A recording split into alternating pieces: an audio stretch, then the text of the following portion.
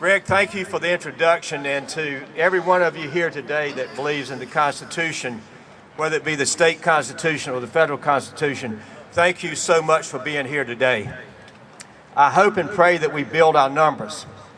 My brief comments are going to be about two issues. One, going to war without declaring the war based on the Constitution. Ron Paul and I became very good friends when I came out against the Iraq War in the year 2005. He did not vote for the resolution to give President Bush to go into Iraq. I did. I found out later that we were misled with the intelligence, and we were misled intentionally.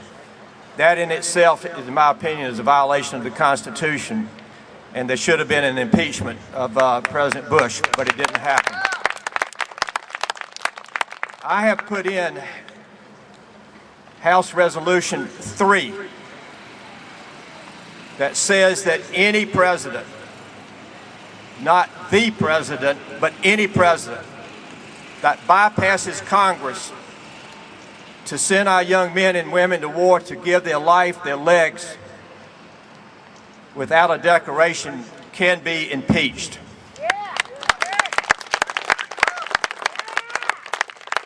I hope that maybe you will inform your friends of this H.R. Resolution 3, because I introduced the bill a year ago. If you remember that Secretary Panetta was before the Senate Armed Services Committee, and Senator Sessions asked him, would you come to Congress and ask Congress to declare war? His comment was, we would first go to our friends overseas and then come to you. When I heard that on the radio driving home to North Carolina, I said, to hell with that.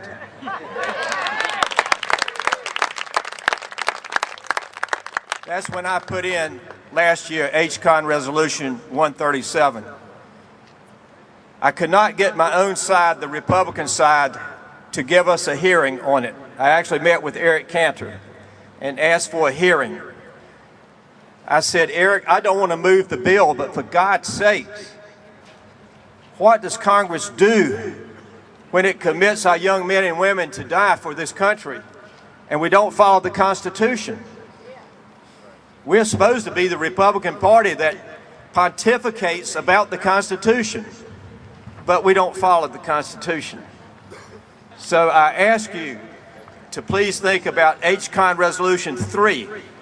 It's been reintroduced, and that's the number 3. And I'm going to do everything I can to beat the drums to have a hearing on the whole issue of war powers. I've seen so many broken bodies at Walter Reed in Bethesda. It's now been consolidated to one hospital known as Walter Reed at Bethesda.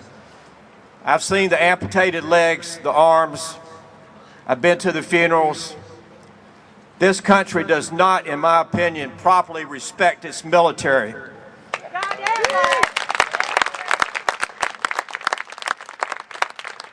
You would not send these people to war unless you declared war that's based on the Constitution. And when Mr. Obama bypassed Congress and bombed Libya, yes, Gaddafi was an evil man and he needed to be removed, but not by another country. His people should have wanted to do it. And the president, in my opinion, was wrong in bypassing Congress and making that decision on his own that we would bomb another country that we didn't like. Another issue that I have worked on for almost 18 years. In 1954, Lyndon Baines Johnson, United States Senator, introduced an amendment in the Republican-controlled Senate that the unintended consequences is taking away the right of a spiritual leader in a church, a mosque, a synagogue to speak freely about how he or she feels about a person who's in public life. In 1953, any minister, priest, or rabbi or clerk in this country could speak freely about anyone in public life, could praise them or criticize them. But the Johnson Amendment took it away. I have reintroduced that bill as well.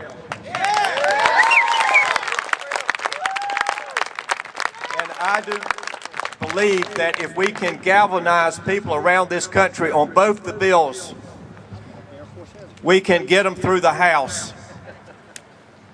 And that is so important in Washington, whether you get it to the desk of a president, is to get the bill through the body that you serve in. I want to thank Dr. Brannon and everyone here that put together this event. Freedom matters, and the Constitution matters, and the oath to the Constitution, whether it be state or federal, is critical to freedom. Absolutely critical to freedom. Since we went into Iraq, and I found out that we were lied to by being at the funeral of Michael Bitts, United States Marine Sergeant, the second week that we were in Iraq, I started writing letters to all the families across America. We had 9 soldiers and Marines killed last week in Afghanistan. We need to get the hell out of Afghanistan.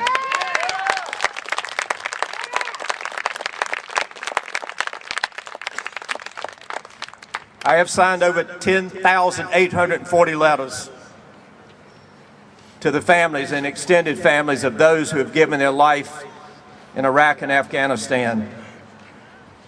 So this is my close. First, before the close, I want to thank you for being here today. Let's grow this number. This is a great number, but let's grow the number across the state of North Carolina. Ron Paul is going to be very active.